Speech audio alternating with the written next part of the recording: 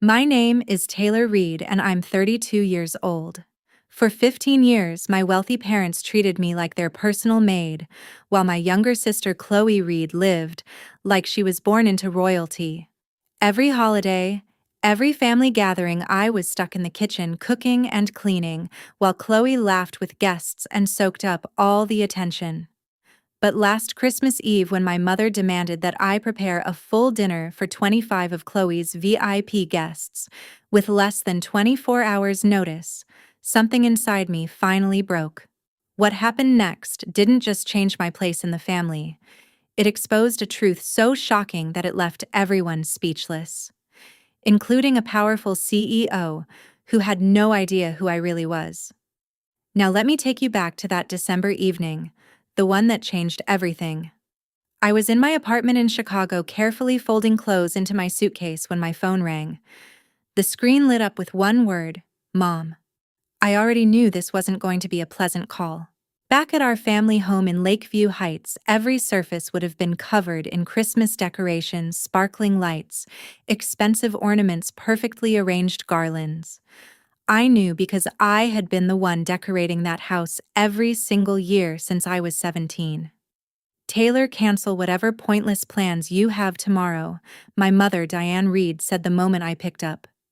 No greeting, no warmth, just orders. Her voice had that sharp, commanding tone I'd grown up obeying without question. I kept folding my blazer, forcing my voice to stay calm. What's happening tomorrow? Chloe is hosting her networking dinner for Christmas Eve, she said. Very important guests, Taylor. 25 people. Executives from Altura Group will be there. She paused, and I could practically hear the smug smile on her face. You need to be here by noon to start cooking. 7 main dishes, 10 sides. I've already planned the entire menu.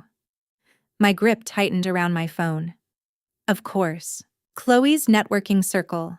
My younger sister worked in PR and never missed a chance to remind everyone how influential she was becoming. Mom, your sister, is building connections that benefit this family, she cut in sharply. You should be grateful you can contribute something. Her words landed exactly where they always did. It's not like you have anything important going on? I glanced at my laptop. An unread email sat glowing on the screen from Evelyn Brooks, CEO of Altura Hospitality.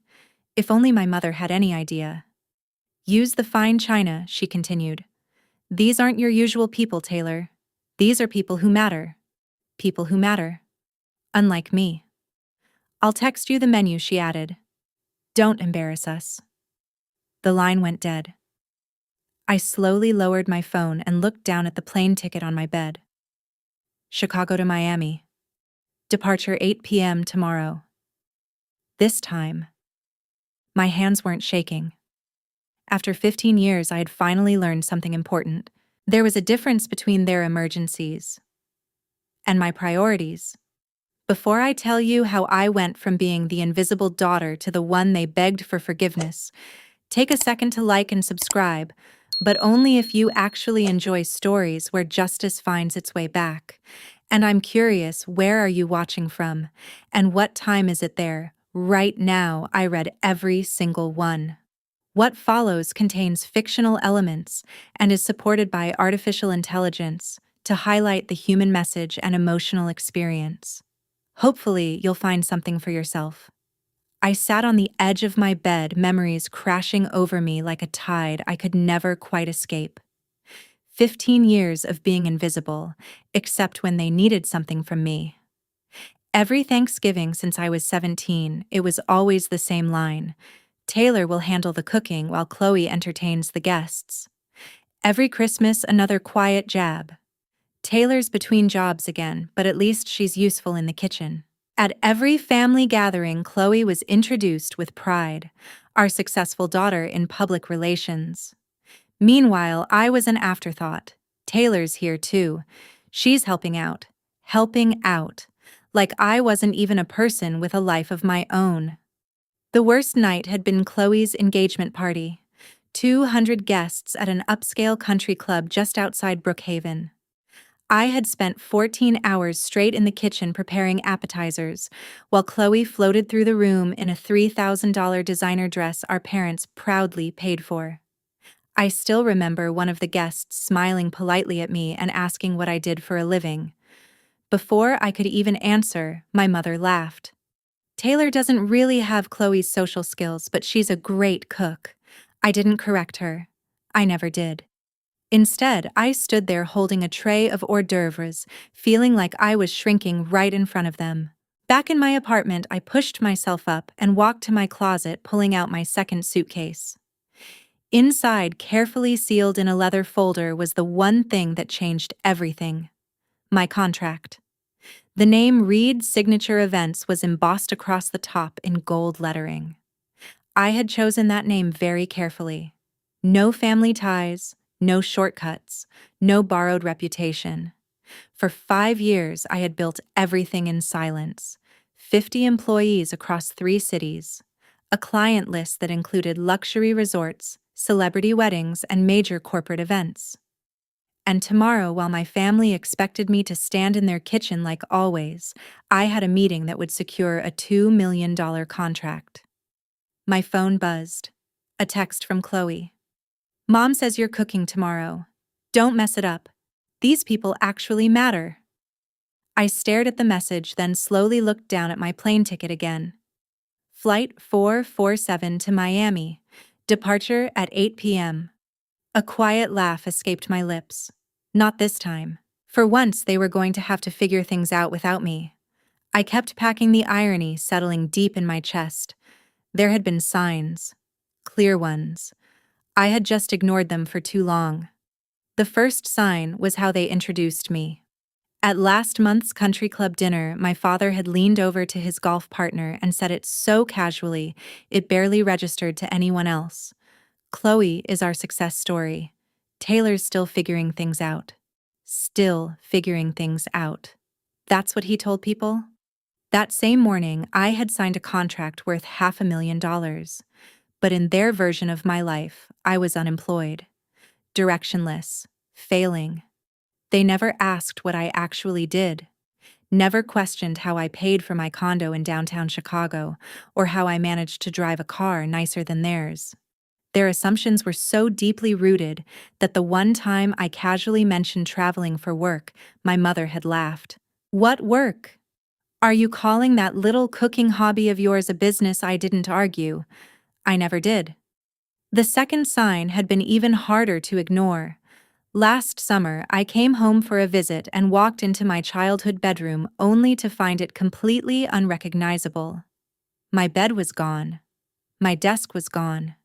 Every trace of me had been erased. Boxes were stacked against the walls, filled with Chloe's extra clothes, shoes, and designer bags. My trophies, my books.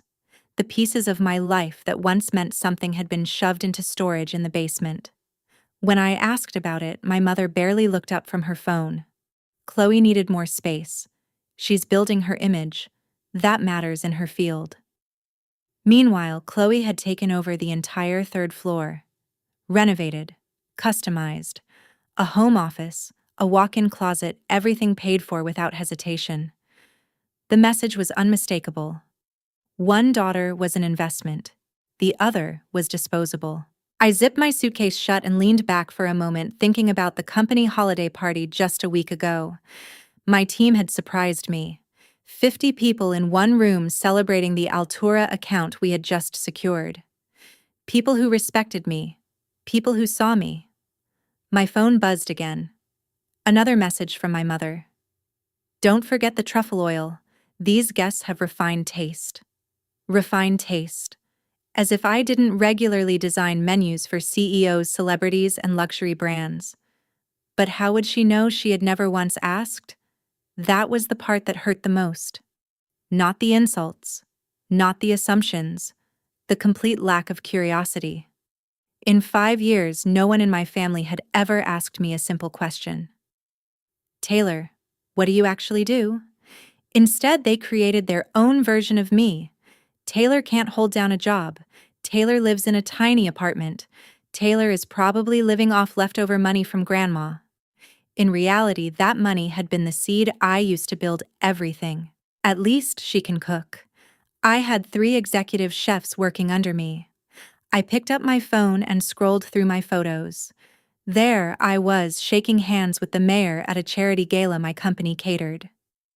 There was my team celebrating the opening of our 3rd location. There was the magazine feature calling me one of the quiet disruptors in luxury event design. None of those moments had ever been shared with my family. I had learned early on that my success without their approval made them uncomfortable.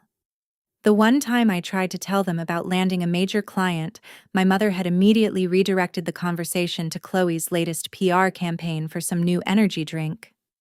"At least you're useful in the kitchen," she had said, patting my hand like I was a child who had done something mildly impressive. I opened my laptop and pulled up my company dashboard.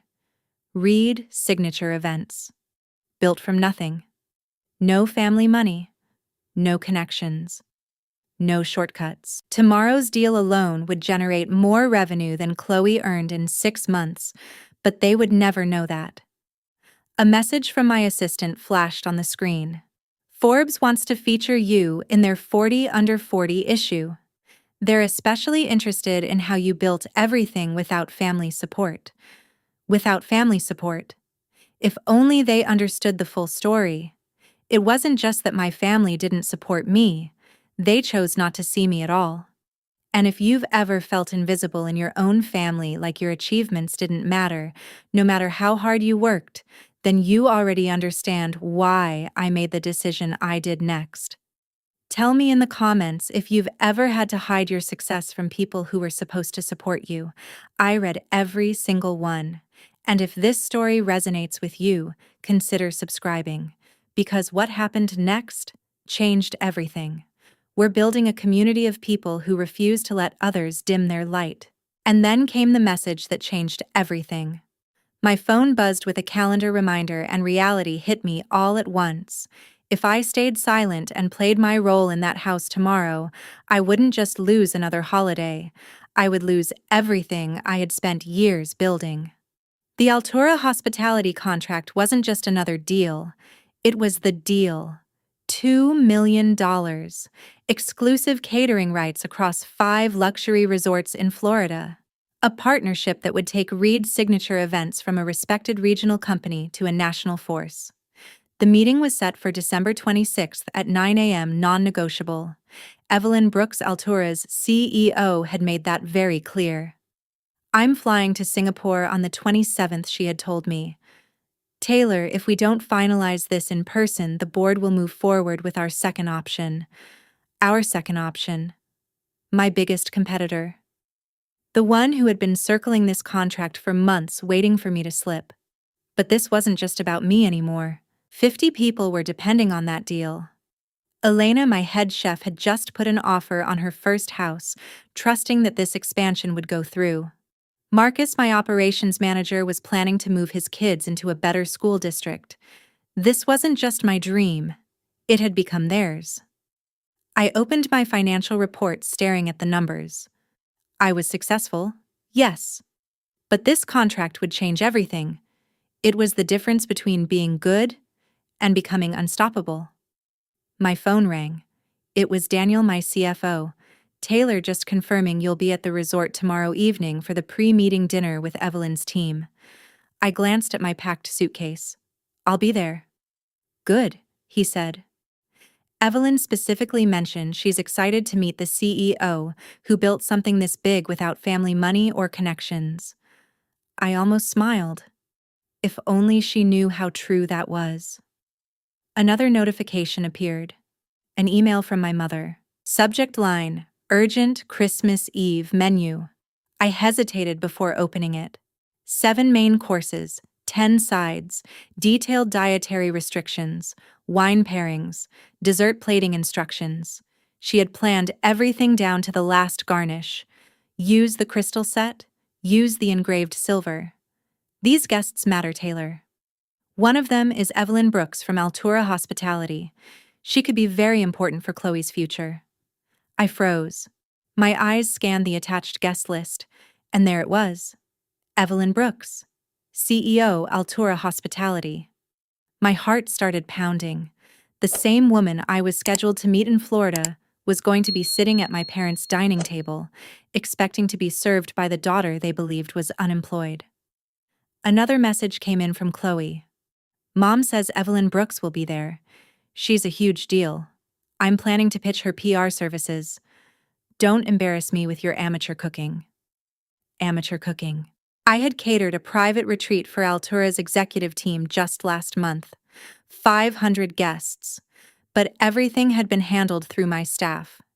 Evelyn had never met me in person. That meeting was supposed to happen tomorrow.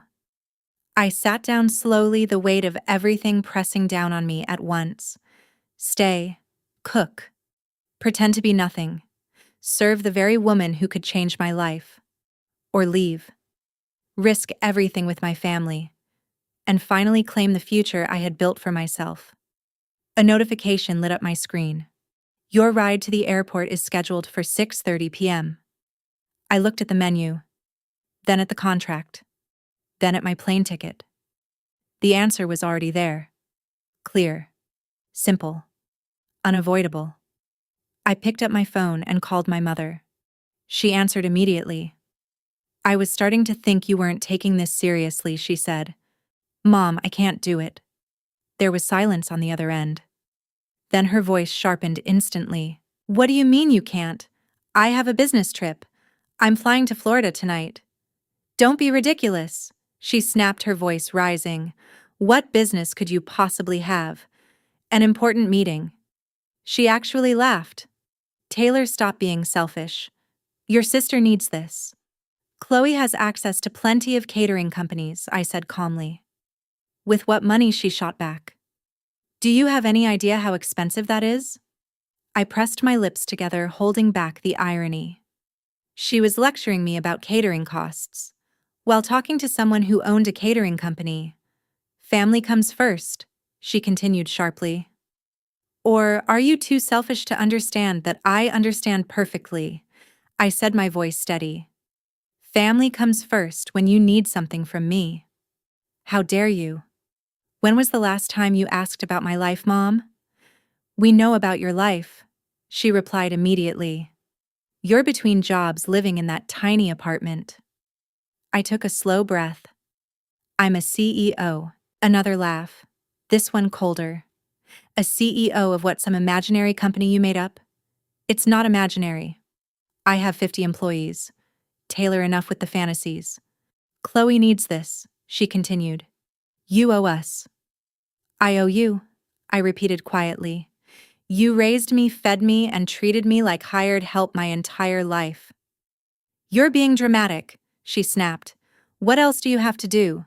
Sit alone in your apartment on Christmas. My eyes drifted to the ticket lying on my bed. I have a flight at 8. Cancel it. No. Her voice dropped colder than before. If you walk out on this family, don't bother coming back. The words hung in the air between us. She had used that threat before. And every time it worked. Every time I stayed. But not this time. Then I guess this is goodbye, I said quietly. You can't be serious. I'm done being the family servant, I said. I'm done being invisible until you need something. You ungrateful, I ended the call. My hands were shaking.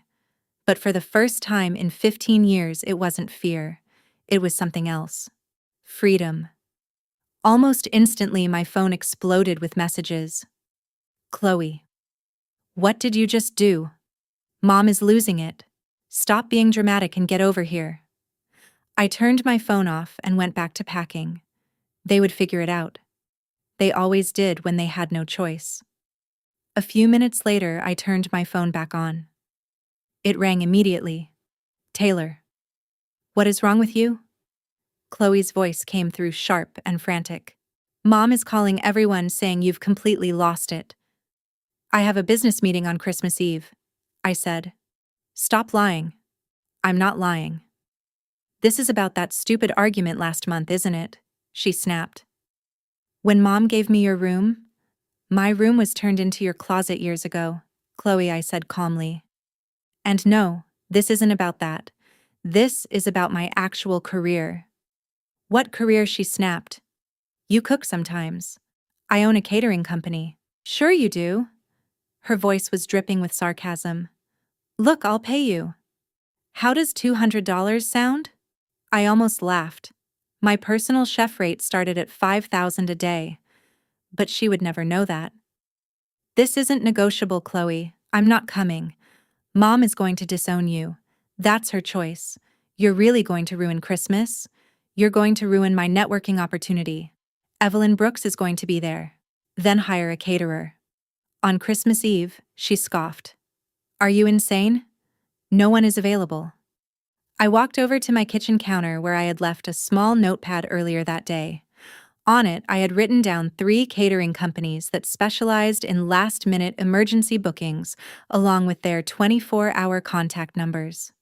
It was more than they deserved, but I wasn't completely heartless.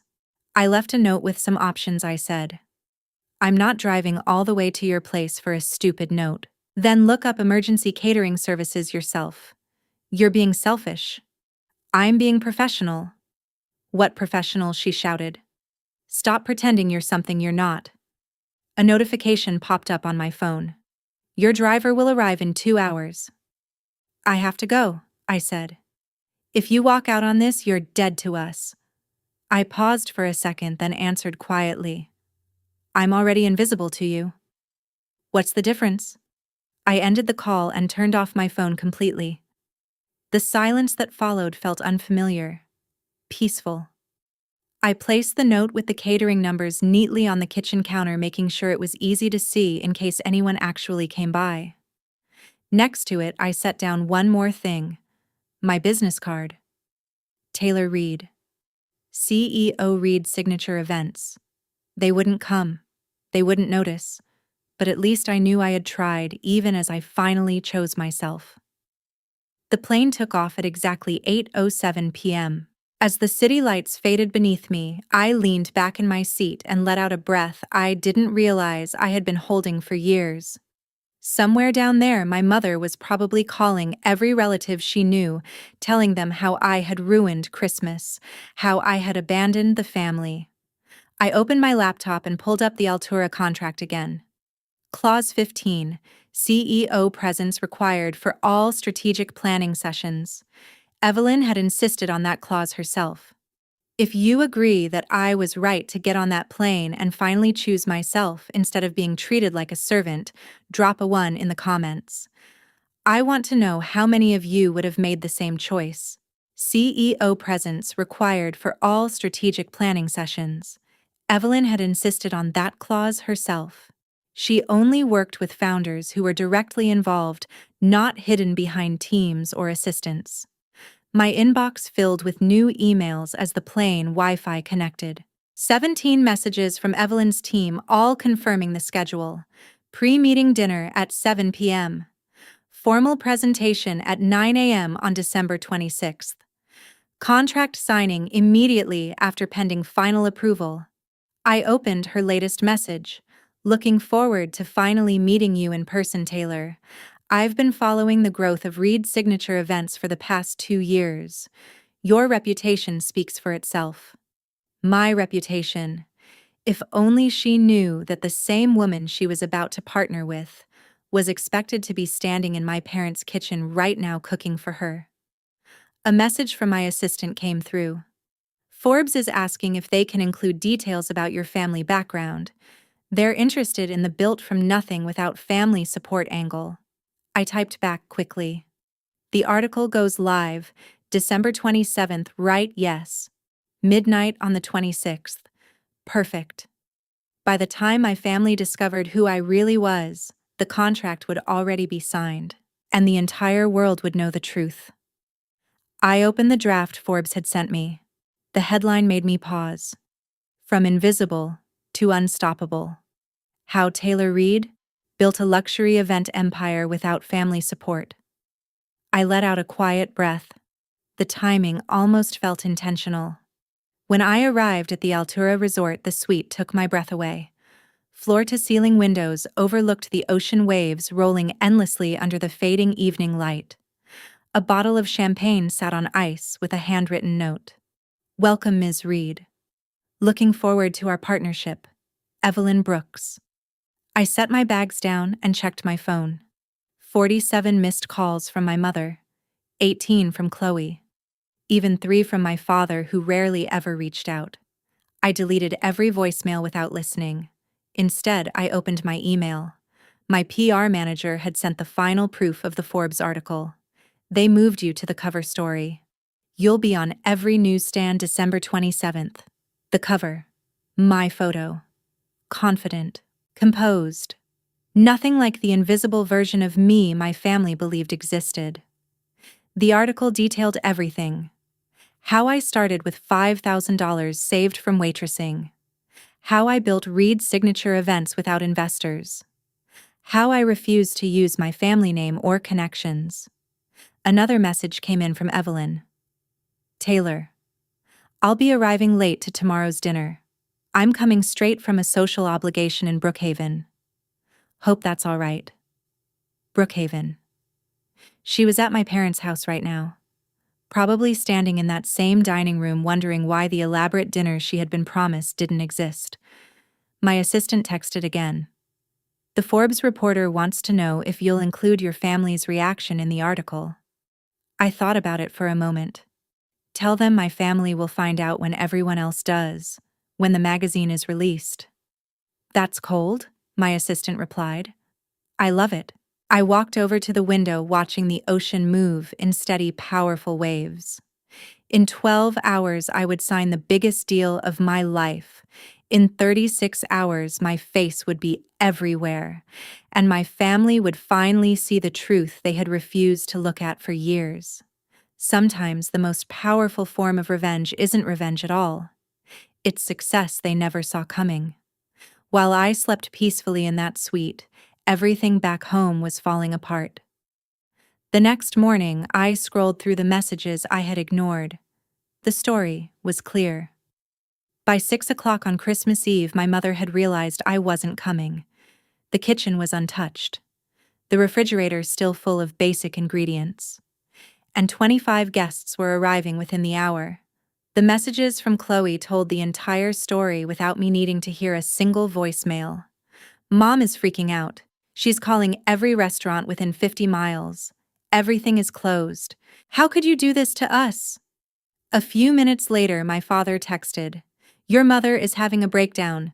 Please reconsider." I stared at the screen for a moment, then locked it.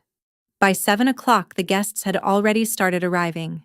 Executives, investors, PR professionals, and most importantly, Evelyn Brooks, CEO of Altura Hospitality. They walked into that house expecting a flawless Christmas Eve dinner, the kind my mother had been bragging about for weeks. At 7:23 p.m., another message came in.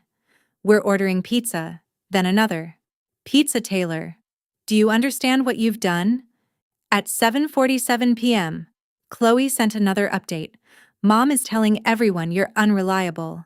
She's blaming you for everything." I could almost picture it. My mother standing in that perfectly decorated dining room, scrambling to maintain control, while everything slipped through her fingers. The pizza arrived at 8:15. 5 boxes from one place, 3 from another. Even that had to be split because no single restaurant could handle the order on such short notice. The same woman who had spent weeks bragging about her daughter's cooking was now placing greasy cardboard boxes onto imported crystal plates. More messages followed faster this time. "Evelyn Brooks looks disgusted. People are starting to leave. Mom just told everyone you're mentally unstable. She said you've always been the disappointment of the family." I read that line twice, and for the first time, it didn't hurt. At 9:33 p.m., the final message came through. "It's over. Everyone left early. Evelyn didn't even stay for dessert. Mom says you're dead to her." I set my phone down slowly. Then I ordered breakfast through room service. In a few hours, I would be sitting across from the same woman who had just witnessed that disaster. I wondered if she would mention it. I wondered if she would recognize my last name. But more than anything, I wondered what my mother's face would look like when she finally understood who I really was. That evening, I arrived early at the Altura resort for the pre-meeting dinner. I wore my best suit. Calm, composed, ready. This was the moment everything I had built was leading toward. What I didn't expect was for Evelyn Brooks to walk in carrying a story from the night before. Taylor, she greeted me warmly, though there was a trace of exhaustion in her voice. I need to apologize for being late. She gave a small shake of her head. I just came from the most bizarre Christmas Eve party I've ever experienced. My pulse stayed steady. I simply smiled. What happened? I had prepared myself for this exact moment. Oh, what happened? I asked calmly. She let out a short laugh, shaking her head as she sat down. You won't believe this, she said. I was invited to what was supposed to be an elegant Christmas Eve dinner. The hostess, Diane Reed, actually the same last name as you, funny coincidence, promised this incredible meal prepared by her daughter. I nodded slightly, keeping my expression neutral. We arrived and it was complete chaos, she continued. No food. Empty kitchen. And the hostess running around trying to order pizza. She gave me a look of disbelief. Pizza? For a room full of executives she had been trying to impress for months. That sounds uncomfortable, I said. It gets worse, Evelyn replied. She spent the entire evening talking about her older daughter, calling her unreliable, unstable, a complete disappointment.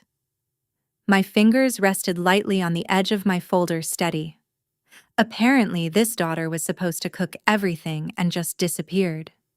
Evelyn pulled out her phone and turned it toward me. Someone had taken a picture during the party. My mother stood in the center of the room, her face tight with forced composure, pizza boxes spread across the dining table she was so proud of. Chloe stood beside her, trying to recover the situation, smiling too hard, talking too fast. It was a disaster, Evelyn said. The younger daughter even tried to pitch me PR services while serving pizza on plates that probably cost more than most people's rent. I almost smiled. Did you stay long? I asked. About 20 minutes after the food arrived, she said. The hostess was so focused on blaming the absent daughter that she forgot how to host entirely. She paused, searching for the right words. It was the most unprofessional evening I've ever experienced. Then she added, almost as an afterthought. She actually said her daughter was too incompetent to hold a real job, so she usually just cooked for them. I kept my posture relaxed, my expression composed. That's terrible, I said. I can't imagine treating family like that. Evelyn nodded, already moving on as she picked up the menu. Let's talk about something more interesting. Your company. The conversation shifted, but something inside me had already shifted too. Because I knew what was coming next. And if you were in my place, I want to know what you would have done. Would you have revealed the truth right then in that moment, or would you have waited for the perfect time to let everything unfold? Tell me in the comments. I read them all. And if this story is hitting close to home, make sure you subscribe. There's more coming, and trust me, you don't want to miss what happens next. The following morning, December 26th, I stood inside Altura's boardroom. The contract was laid out in front of me. My presentation was sharp, precise, flawless. Everything was going exactly as planned. Until the door opened. Evelyn's assistant stepped in holding an iPad. Ms. Brooks, you need to see this, he said. A photo from that party last night is going viral on LinkedIn. Evelyn took the tablet. I watched her expression change. Curiosity, confusion, and then shock. She looked up at me, then back at the screen, then at me again. Taylor, she said slowly, this photo, from the Reed house in Brookhaven. She turned the iPad toward me. Someone had posted a picture taken from my parents' living room, a family photo from last Thanksgiving. I was standing in the background, barely noticeable. Chloe stood front and center between our parents, smiling like she always did. Is this you? Evelyn asked. I nodded. Yes. And Diane Reed? Is your mother? Yes. The room went completely still. Evelyn's team exchanged looks. Her legal advisor slowly set his pen down on the table. The woman who called you unreliable, unstable, and a failure, she said carefully. That's your mother, yes. Evelyn stood up and walked toward the window, then turned back to face me. You were supposed to cook that dinner. The one that turned into that disaster. I was, I said. But I chose to be here instead. You chose this meeting. Over that, I chose my business over being treated like a servant. She studied me for a moment, then glanced back at her phone. Your mother said you don't have a job. That you're basically useless outside of cooking. She doesn't know about my company. Your own mother doesn't know you're a CEO. She never asked. Evelyn slowly sat back down. Let me make sure I understand this, she said. Your family has no idea that you run one of the most successful catering companies in this region? None. They don't know about your team. Your multiple locations. This contract we're about to sign. They think I'm unemployed and barely getting by. One of her partners leaned forward. I need to understand this clearly, he said. The same woman who was serving pizza last night has no idea her daughter could have executed that entire event at a 5-star level. I shook my head. She's never cared enough to find out what I do. It's easier for her to believe I failed. For a second, there was silence. Then Evelyn started laughing. Not a polite laugh, not a restrained one, a real, stunned, almost disbelieving laugh. Oh my God, she said. She spent the entire evening talking about her disappointing daughter. She looked straight at me. And that daughter is you, the CEO I've been trying to partner with for the past 2 years. She turned to her team. I think this might be the most ironic business deal I've ever been part of. Then she picked up her phone again. I need to check something, she said, typing quickly. Within seconds, the results appeared. Oh wow, she murmured, turning the screen toward everyone. The first link was my feature in a leading hospitality magazine. The second was my nomination for a major culinary award. The third was a national business article highlighting female founders. Your family doesn't know about any of this. Before I could answer, the door opened again. Evelyn's assistant rushed in holding another device. Ms. Brooks, you need to see this. Forbes just released their 40 Under 40 preview for tomorrow. He connected it to the screen, and there I was. Professional, confident, impossible to ignore. The headline filled the room. From invisible to unstoppable, how Taylor Reed built a multi-million-dollar event empire without family support. Evelyn read part of the article out loud. Reed 32 built her company from a $5,000 starting point into a nationally recognized brand, deliberately avoiding any reliance on family connections. She lowered the tablet and looked at me.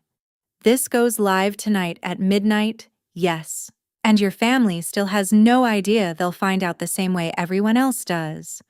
One of the executives let out a low whistle. Your mother is about to see her unemployed daughter on the cover of Forbes. Evelyn's assistant kept scrolling. It says here you have a waiting list of 6 months for bookings. 8 during peak season, I corrected. Evelyn stood up suddenly. I need to make a call. She stepped outside the room. We could see her through the glass, speaking quickly, her expression sharp and focused. A few minutes later, she came back in. There was a strange smile on her face. I just spoke to Diane Reed, she said. My stomach tightened. You did what I told her. I was extremely disappointed with last night's event and that I would be taking my business elsewhere.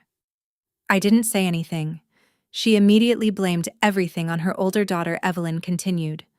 Said you were the problem. Of course she did. Evelyn tilted her head slightly. Then I told her something else. The room went quiet again.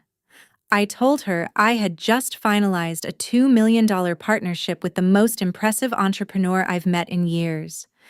She asked who Evelyn said. And I told her. She looked directly at me. Your daughter, Taylor Reed, CEO of Reed's Signature Events. No one spoke. The sound she made, Evelyn added softly, was like the air left her lungs all at once. I glanced down at my phone. 47 missed calls, all within the last few minutes. Evelyn extended her hand across the table. Ms. Reed, she said with a smile. Shall we make this official? I took her hand. Moments later, my signature was on the contract. $2 million. A partnership that would change everything. Champagne was poured. Conversations filled the room. And my phone kept vibrating nonstop.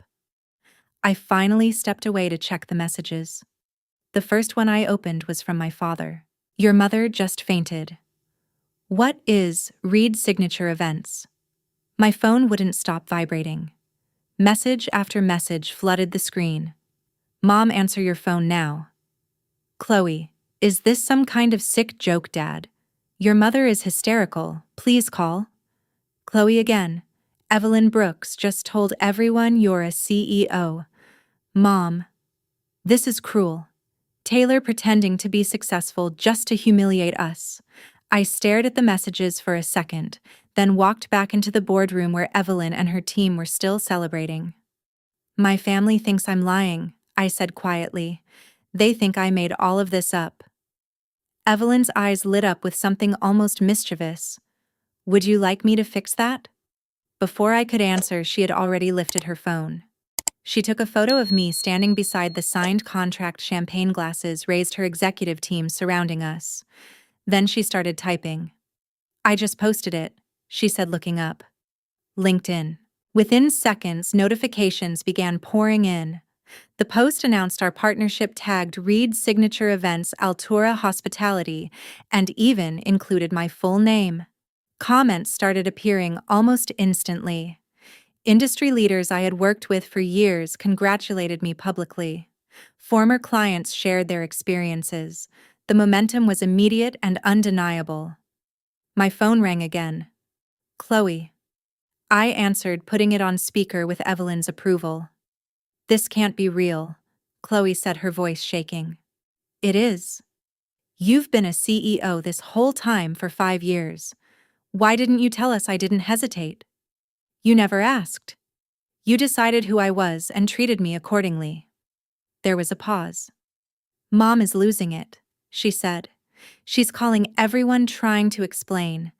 Everyone saw that post. That's not my problem anymore. How can you be so cold? I looked around the room. At Evelyn. At her team. At people who had never once questioned my worth. I'm not cold, I said calmly. I'm done. Done with what I'm done being invisible unless you need something. I'm done being the family disappointment. I'm done pretending to be less than I am just to make you comfortable. But we're family, she said, almost pleading now. Family doesn't treat each other like servants. Silence.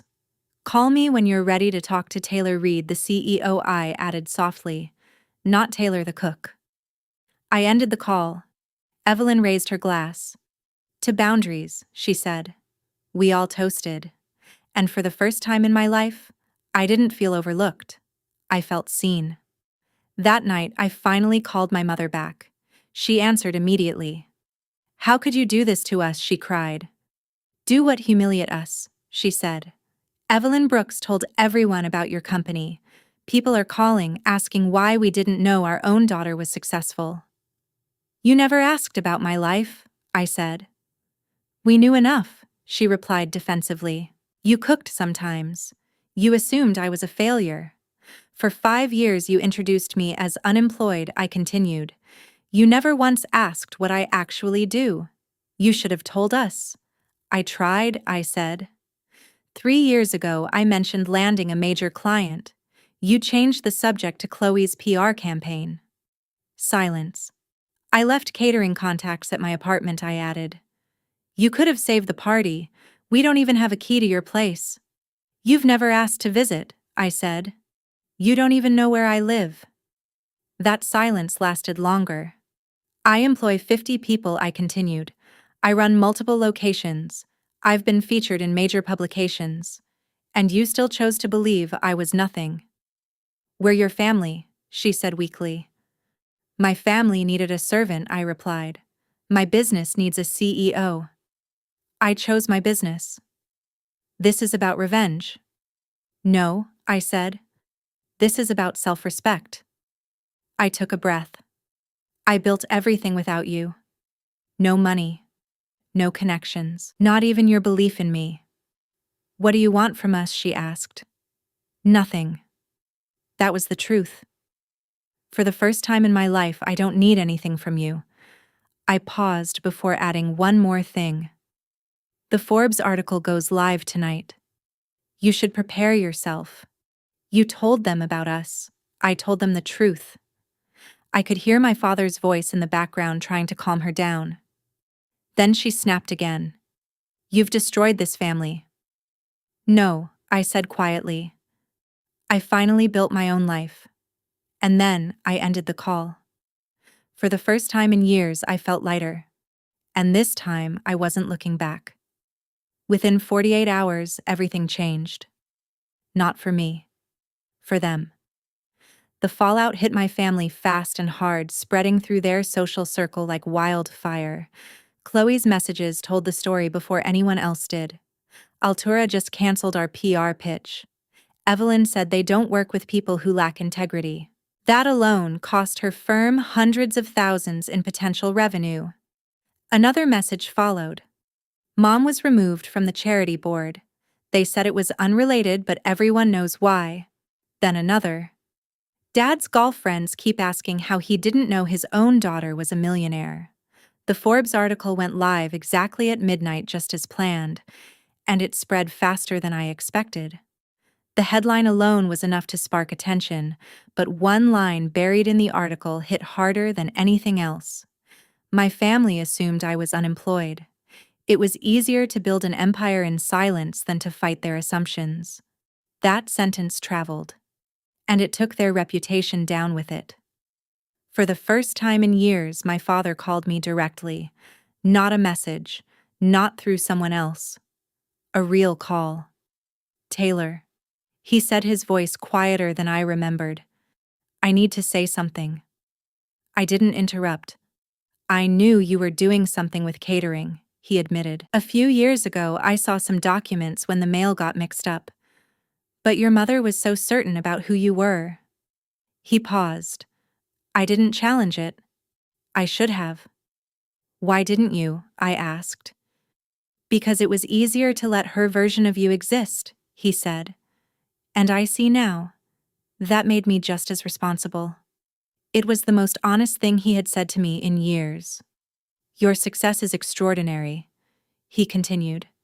And we missed all of it, because we weren't willing to look. I stayed quiet for a moment before answering. You didn't miss it, I said. You chose not to see it. He didn't argue. Your mother has lost multiple positions already, he went on. Chloe is losing clients. People are questioning everything. That's not my doing, I said calmly. No, he admitted. It's ours. He exhaled slowly. That dinner. It's already become a story everyone is talking about. Diane Reed, who prided herself on hosting flawless events serving delivery pizza, while her daughter was signing a multi-million-dollar contract across the country. For a moment, I felt something unexpected. Not guilt. Just distance. I never wanted to hurt anyone, I said. You didn't, he replied. We hurt ourselves. That was the truth. They built a narrative where Chloe was the success, and I was the failure. And now the truth had exposed everything. I'm sorry, he added quietly. I should have done better. I nodded, even though he couldn't see it. Maybe I said. After the call ended, I stood by the window looking out at the city below. My life was moving forward faster than ever. The Forbes feature had opened doors I hadn't even imagined. My inbox was flooded with opportunities, partnerships, invitations, speaking requests. And Evelyn. She became one of my strongest allies, introducing me to people who saw my value immediately. 3 new contracts came from those introductions alone. Together, they were worth over $10 million. I hired 20 new employees within weeks, promoted Elena to executive chef, elevated Marcus to COO. During one of our expansion meetings, Elena said something that stayed with me. "You built this company for people like us," she said. "People who were overlooked." She was right. Without realizing it, I had surrounded myself with people who knew exactly what it felt like to be underestimated. And together we had built something unstoppable. A message came through from my assistant. "Your story is everywhere. Food Network wants to talk about a documentary." I smiled faintly, but the moment that stayed with me the most came a few days later. An invitation. Cornell School of Hotel Administration, my dream school. The one my parents once told me was too ambitious for someone like me. The topic of my speech was simple: building success without permission. As I reviewed my notes, my phone lit up again. A message from my mother. "We need to talk. Please." I stared at it for a long time. Then I archived it and went back to planning my future. I used to believe that being patient and quiet would eventually make people see my worth, but I learned that silence often teaches others to overlook you. Choosing myself wasn't easy, and it didn't feel heroic in the moment. It felt terrifying. But it was necessary. Real respect doesn't come from waiting. It comes from setting boundaries and standing by them even when it costs you something. If you were in my place, would you have stayed to keep the peace, or walked away to protect your future? I'm really curious. Did you stay with me until the end of this story? Thank you for listening. And if this story made you think differently, even just a little, consider subscribing, leaving a comment, or sharing it. One simple action from you might help someone else find the courage to choose themselves too.